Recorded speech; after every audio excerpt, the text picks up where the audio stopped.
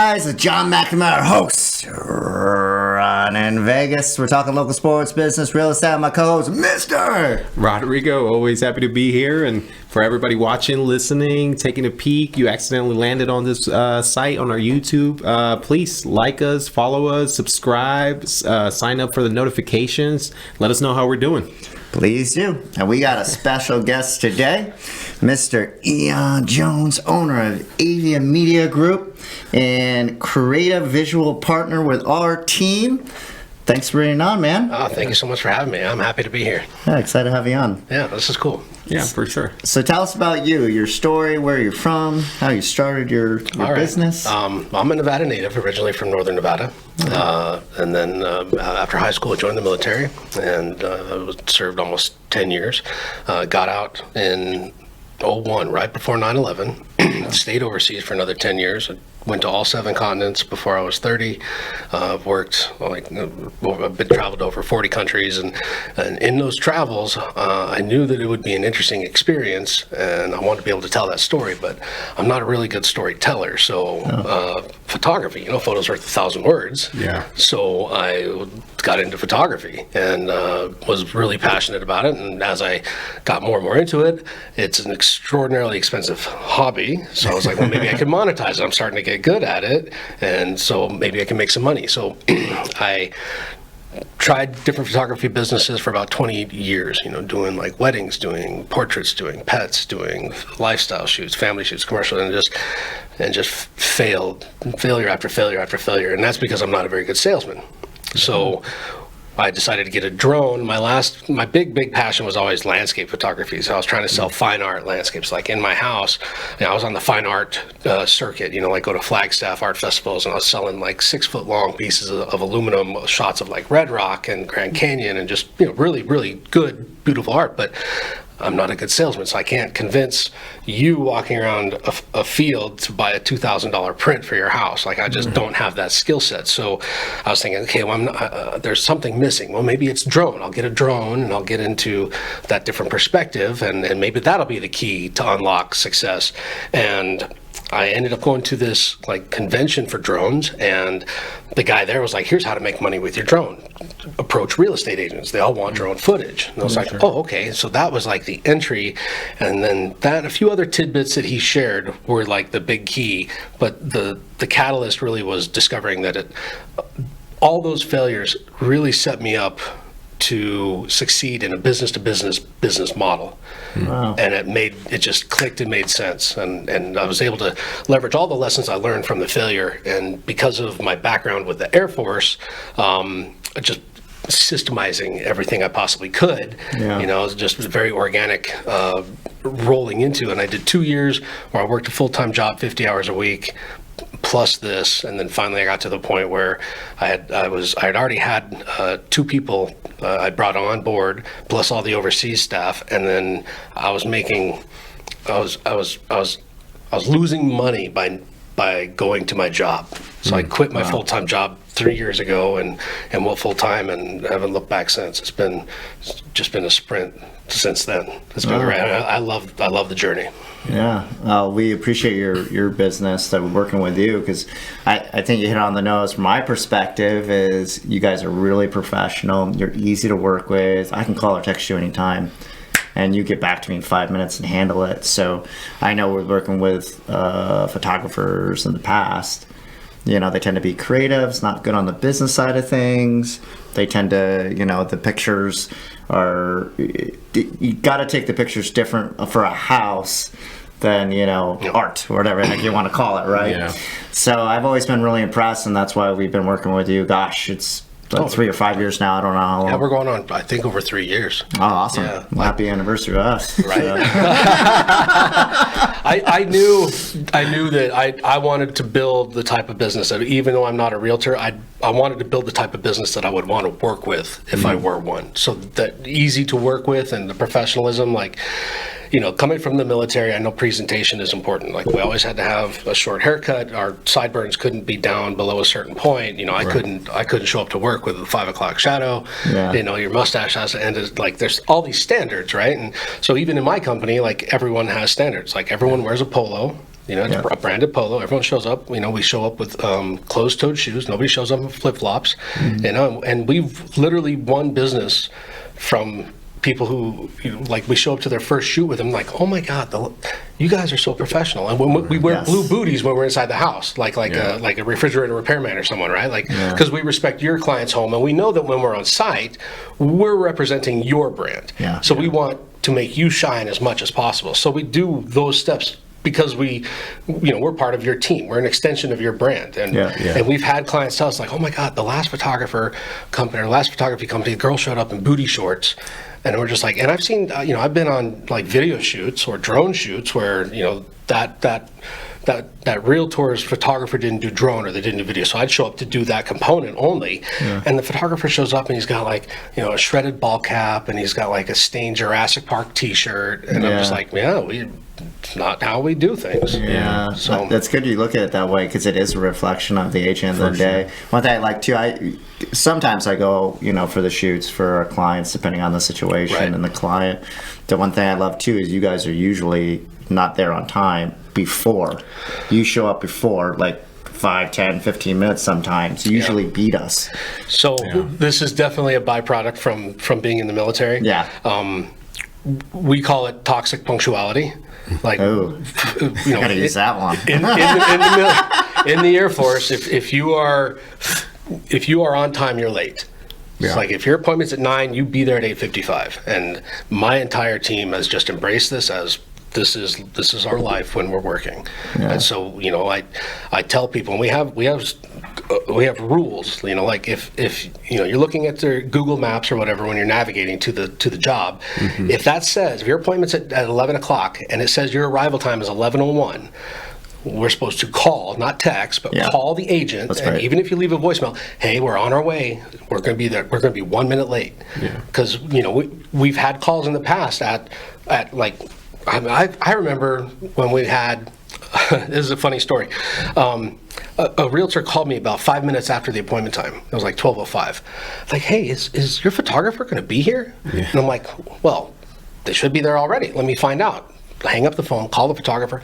Hey, are you on your way to the appointment? It's like, I've been inside for 15 minutes shooting. Oh, It's like she was there that's getting funny. it done with the homeowner. Homeowner was thrilled with her because, you know, she had really good energy. And then the realtor called me back like, oh my God, I'm so sorry. You guys are so good, blah, blah, blah. And it's just like, so yeah, toxic punctuality, like, be on time. It's the easiest thing to do. Or just, if you're not going to be on time, just notify the client that you're on your way. Give that peace of mind. It's really simple. That's huge, and that's something we teach our team too, because I can't tell you, if you don't make that call, then you get the person that is, if you're late and it could be that minute, they're already done with you. Right. So that call goes a long way, and actually shows you're really professional, you know, too. Sometimes you can win people over just by that, by being late and not making the call. Yeah, and that's why it's like, leave a voicemail. You know, if they don't answer because they don't hear it or they're on the phone, and leave the voicemail so they can see that at least you tried. Yeah. You know, that's important, and that's built into our systems. It's part of our structure. Awesome. Yeah, that's what I wanted to mention. First off, thank you for your services for our team. Thank you. And thank you for your services for the country as well. But yeah, of course, I've experienced that with you guys. I'm so thankful for the professionalism with your team. Usually when I'm at the listing presentations, we sell our seller or our client on, hey, we're going to hire a professional team to come out here. And 100% of the times they've been, you know, they've been grateful, they've been excited, they're surprised with the professionalism. So it always wins us over, because as we're listing the home and we're taking the pictures and doing the MLS, like you mentioned, there's still an opportunity for if something comes up, the seller will, oh John, break the contract, we're done here. You were late. So it's still that initial process with the client where like you're still building that trust. Right. And I've always counted on you guys. If you guys always have come through for us, because photos are great, the staff is great, it's friendly too. Thank you. Everybody usually falls in love right away. Yeah. It's a good tool for us. Yeah, we for have high sure. standards too. We go through vendors. Like we do not, you know, so the fact that we're on 3 years, I think you just broke That's a record. true. So I'm just gonna let you know that. That's true. That's I true. gotta say, I'm not only lucky, but maybe it's one of my superpowers in choosing high quality team members. But That's good. you know, I've also approached it, like you mentioned at the beginning, like you have most photographers are just kind of one-man shows, maybe two-man shows, and they're not maybe that great at the business side. And I've really adopted the business side. I really quite enjoy it.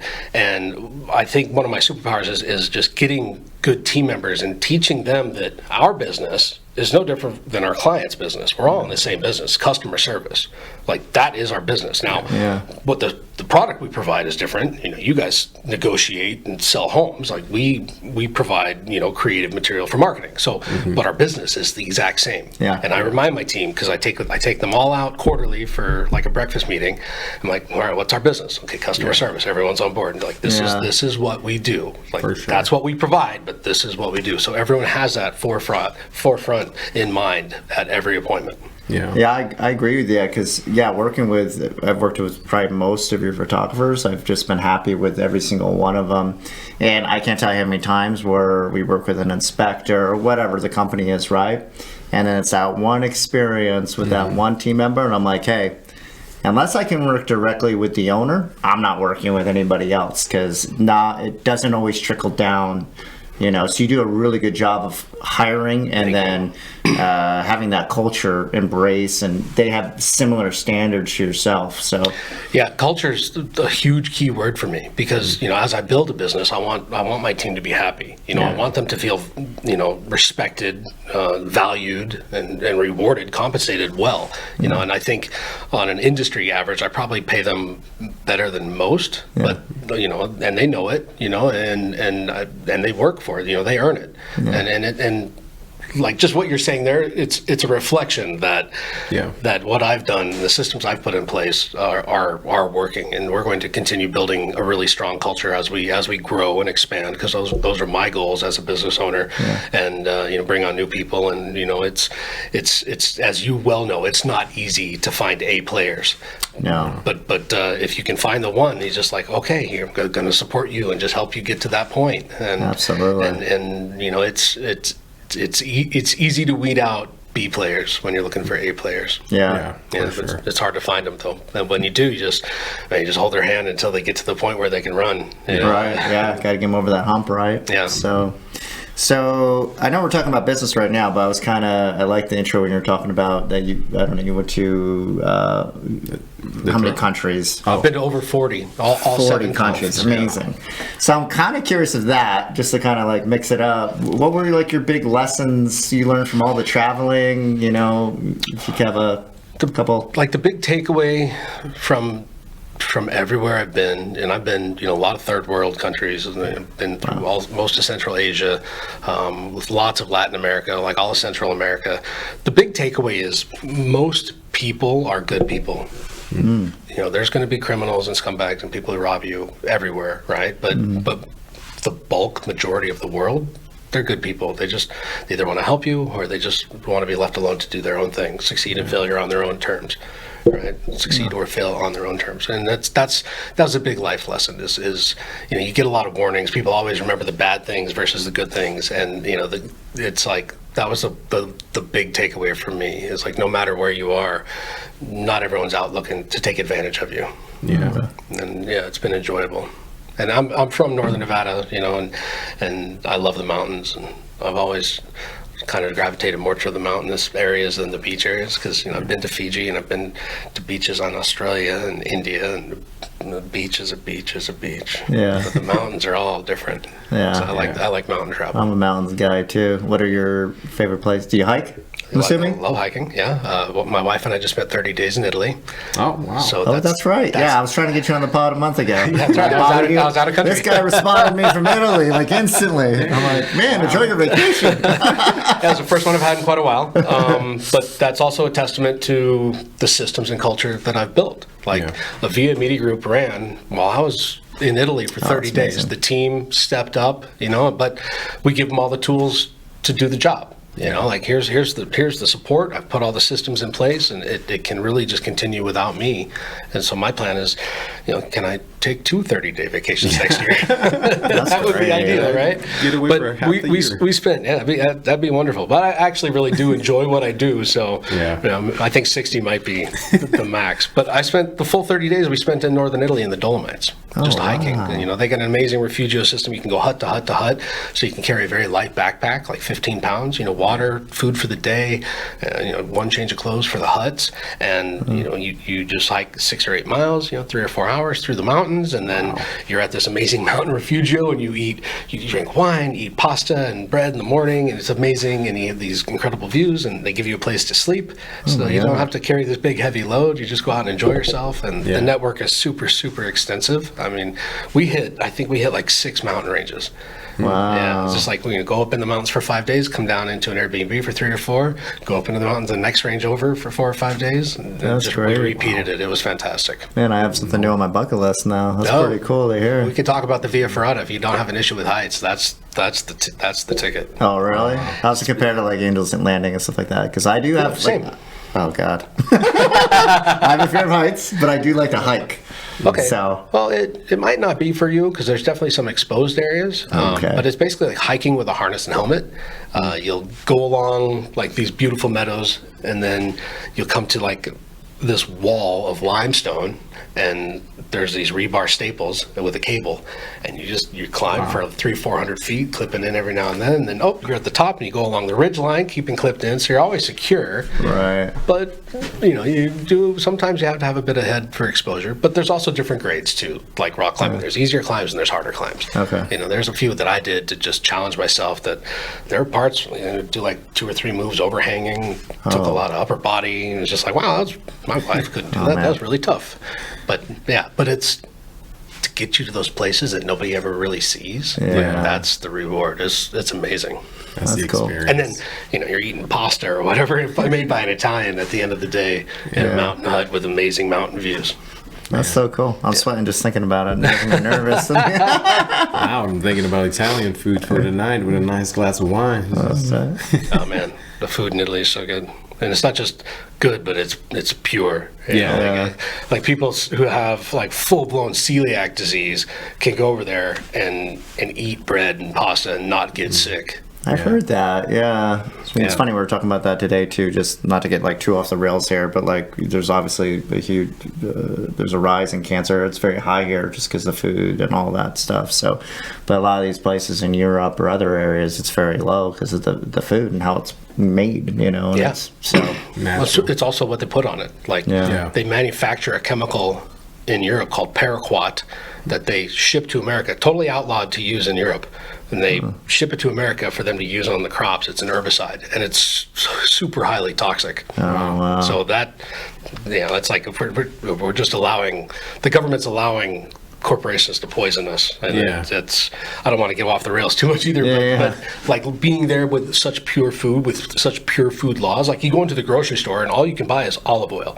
There's no seed oil, corn oil, there's no vegetables in vegetable oil, right? There's just, it's like, it's all just really pure and healthy by law. It's like, and their cancer rates are like 90% less than ours. Like cancer rates in men are like 3%. Here, they're 20. Yeah, that's crazy. That's crazy. Big difference. Yeah, I was talking to my chiropractor too the other day, and he's originally from Greece, and he says he eats and eats and eats when he goes there, and he loses weight because the food quality is so good. Right.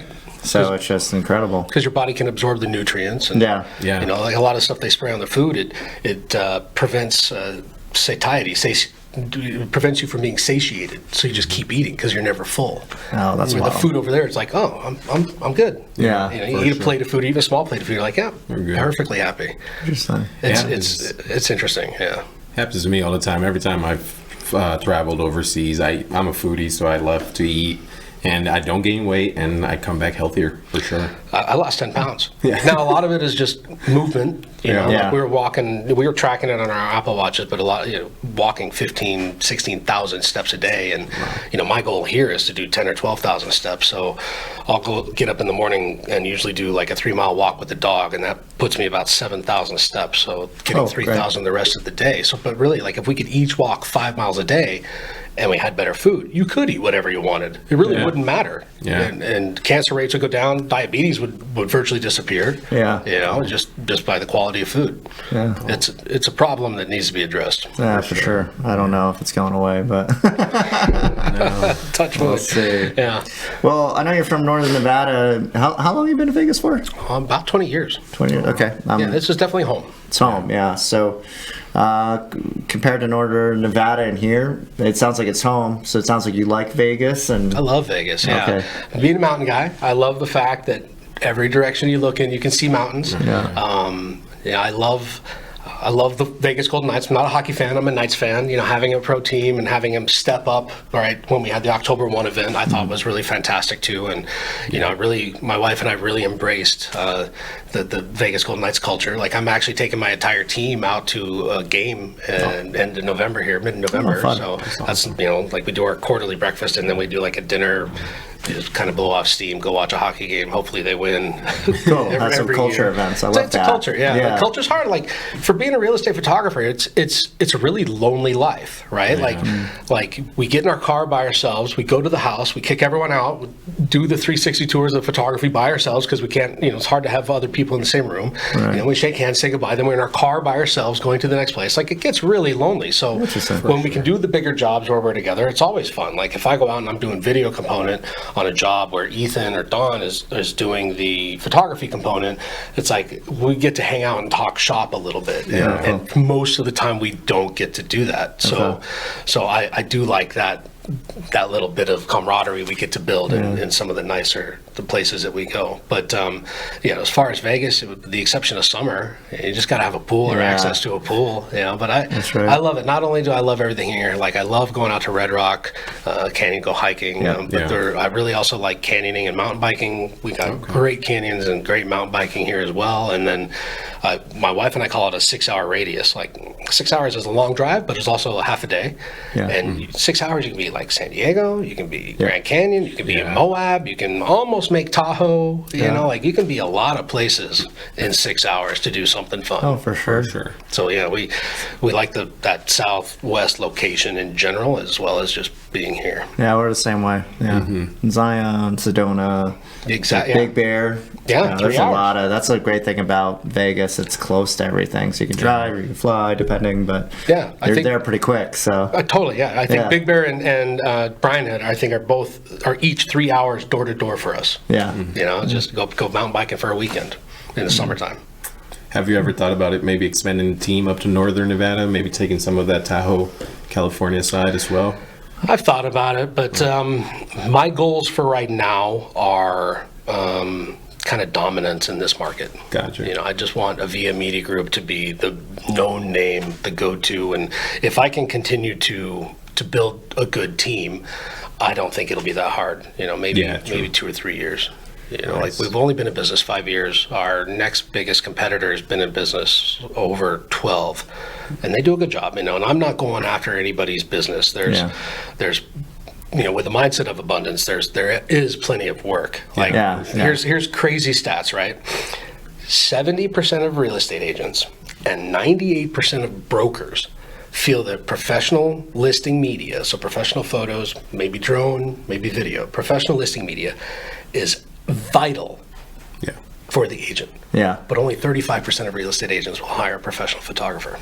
Wow, that's surprising to hear. That's crazy. I do it every time because I Every think it's time. your brand, you know, and that's part of it, you know. Exactly, and that's, you know, I think if you have a buyer, you have a paycheck, but if you have a seller, you have an asset. Leveraged properly, an asset pays dividends. Yeah. You know, so you can get, if you think about it a little bit bigger, like, okay, I've got a house. It's 2,500 square feet, and I got 50 photos with drone.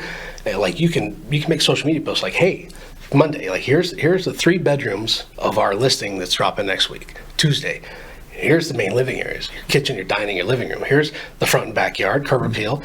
Here's a few fun facts about the neighborhood. You know, we're 2 miles from elementary school. We're 3 miles from a high school, across the street from a middle school, and 2 blocks from a fire station. Yeah. And then on Friday, you do something else about the house, maybe, you know, just a small tour, or you drop a reel or whatever you had made. And you've just done 5 days of marketing, and you've hopefully penetrated 50% of your audience, because anytime you post anything, only about 10% of who follows you is going to see it anyway. Yeah, So if you do it consistently, and you have so many assets to just continually market your brand, and you just put it out there constantly so people see it. And the consistency is the hard part. Absolutely. It's really good for social media. But I know myself, like, we're big cold callers and expired listing. And the first thing I do, if I'm having a good conversation with, I always look, and the first thing is I look at the pictures. And like you said, 2/3 of the time, it's off their iPhone. It's the easiest thing to just start talking about, you know. It's like, oh, it looks like they took a photo on their phone and they have 10 pictures up there. You instantly just show them one of your listings. You already got your foot in the door. So it's a massive advantage for agents. It's crazy that people do not invest in their brand and their business.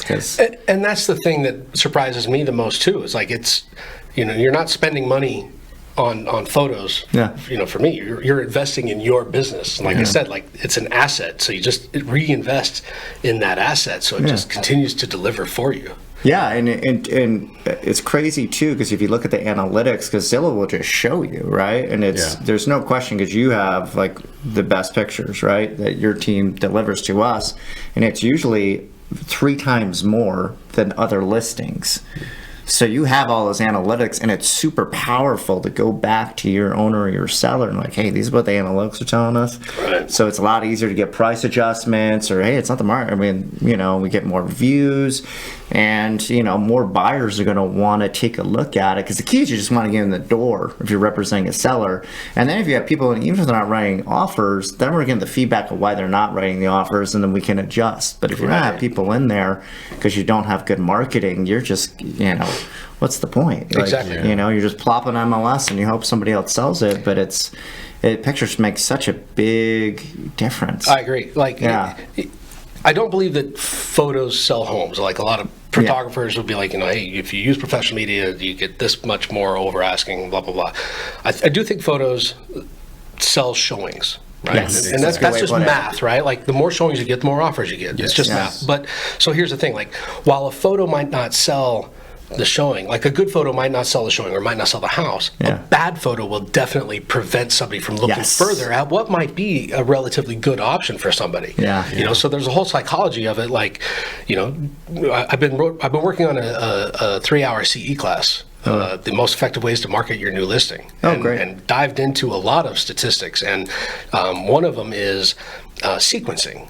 So, like, I just had a really interesting experience where a client lost a listing after 6 months, and another client picked it up. And I looked at how client A sequenced the photos versus client B. Client B had us come back out and reshoot it. We did twilights and everything, right? And client A did not. And client A had like front of house shots, and then inside the front door, the office right there, the hallway. It was very chronological, which I understand, but I don't know if it's the right way to do it. I think maybe you start with that flashy twilight photo. You know, twilights are important because if you remember back to like 3rd grade art school, blue and yellow are opposite each other on the color wheel. So in twilights, the human eye-brain combo is drawn to contrast. So you have color contrast and brightness contrast in twilights. So biologically, people are like, that's a good photo, and they don't even know why. But that's the thing, what's next? Get them in. So then you get them in, okay, homeowners live in 4 areas, right? Living room, dining room, kitchen, bedroom, and maybe backyard. So those are the, like, your lead, tease out the like 5 best images of the main living areas, and then go back into secondary bedrooms, office, theater, whatever you have. Sequencing, I think, is key. I'm going to Miami tomorrow morning for a 5-day mastermind with other real estate media owners from around the country, and I'm going to be asking all them, how are you sequencing your images for your clients? I would like that. It's funny because I've actually been doing that for years, because I've noticed, because I know myself, and I think it's just I have massive ADHD. I don't care about going through the entire house, but I'll take the best 3 to 5 pictures and make them first, because I know now if I got them to the picture number 5, 6, they're probably going to go through the entire thing. So it could be the view, it could be an awesome drone shot, it could be the pool, a cool media set, whatever it is. Like, I've seen a big difference. We've been doing it for years, and it's just a massive difference with the views go up. It really makes a big difference. So I do recommend those realtors out there, because everybody does that like boring thing when you And if it's boring, and everybody does it. Even the best agents in town do it, but it's boring. Yeah, and there is a psychology, like tease them with all the best stuff, and then okay, now I'm really interested. Yeah. And then you have like, what do they say, that like people will like they'll validate with emotion, or justify with logic, or something. Yeah. Or they'll make a decision with emotion, but justify the decision with logic. Yeah. So get them emotionally involved up front. Yeah. And then as they go through the photos, well, there's 6 bedrooms and 9 bathrooms. It's Right. like whatever it is, I mean, if just like you give them all the juice up front, and then Yeah. they just look through the rest of it and go, okay, everything's in good shape. It's moving ready. Just turnkey in a good location. Right. Like, oh, now what is my counter to that? Right. Yeah, so- I agree, because I think when I was going to a house and I'm trying to sell it, I'm looking at everything that makes it different, because all houses are kind of the Track same homes. in a lot of ways, right? Does it have a view? Does it have a cool location? Whatever. Does it have a big lot? And that's a lot of ways that you can sell the client to pick you. Because if you go in there and you're like, you have this, and we're gonna have the photographer focus on this, you can sell the vision of how to get it sold too. Mm-hmm. And then I just use the examples of all the media work that we do with you, and I say, hey, this is an example. And then they can see it and go, oh, that's pretty cool. So that's how we get them. So I love that. I love that. Yeah, in part of the CE class I'm building, we're going to have a workshop style component to it, where we use AI to define the ideal buyer for that home. Because if you think about it, like when you bring us out to the house, right, we're not taking photos for you. We're not really taking photos for the homeowner. Really, we're taking photos for the buyer. Yeah, right. Absolutely. So if you could go into a listing appointment, you know the address beforehand. If you can use a couple of prompts that have been known to work, and you can figure out who the ideal buyer is before you walk into the listing appointment. You say, I'm going to bring in my creative visual team, Avia Media Group, and we're going to create professional media, and then this is who we're going to market this house to, because we think this is ideal. Like if it's Sun City, Summerlin, you're not going to be talking about proximity to the strip and the clubs. Right. Right. So you got to know, who's going to be the ideal person for that home, and if you could go in there preloaded with that, like not only do you have an alignment with or partnership with a professional media company, which I would always say, we're going to bring in our visual media partners. Say this, everyone. that. I'm going to bring in my this. visual media partners to create professional photos and video of your house. I was Say practicing that. this earlier. So Yeah, totally. It's super important, because what it does is it makes your brand seem bigger, and it also kind of shows that your systems are in place. Yeah. Right. Like yours are. So you do that, and then if you could also just buffer it with, and this is who we're going to market this house to. yeah. And then they're going to go, well, they've already sold the house. So you're just really just selling yourselves at that point, and it's anybody who's not doing this, who comes in after you. Do they stand a chance? No. Yeah, it definitely helps. I know myself, and I love the way you put that too, because a lot of times, like you said, like Sun City, Summerlin, right? A lot of the houses look very similar, right? So you're selling the community, you're selling the lifestyle. So we're going to have our visual media group partner take pictures of all the community amenities. Yeah. You sell the lifestyle, right? And then you put those in the top 5, whatever it is. Absolutely. So, yeah. Great So, drone shots of the golf course. We have a huge stock library that we just give the stock to our clients for free. You always ask, We do you have utilize that. stock of this? Well, yes, we do. Here's like 64 photos of Inspirata. We got them. Cool. Well, man, I want to appreciate you being on. It's been a privilege to work with you. You do a great job. Thank you Excited so much. to continue doing business with you. And I want to thank best co-host in the business, Mr. Rodrigo. Yes, sir. If you guys are looking for a great photographer, videographer, team up with this man and his group. They do an amazing job. Aeon Jones in the house. Guys, it's John Mack running Vegas. Take care of yourselves today.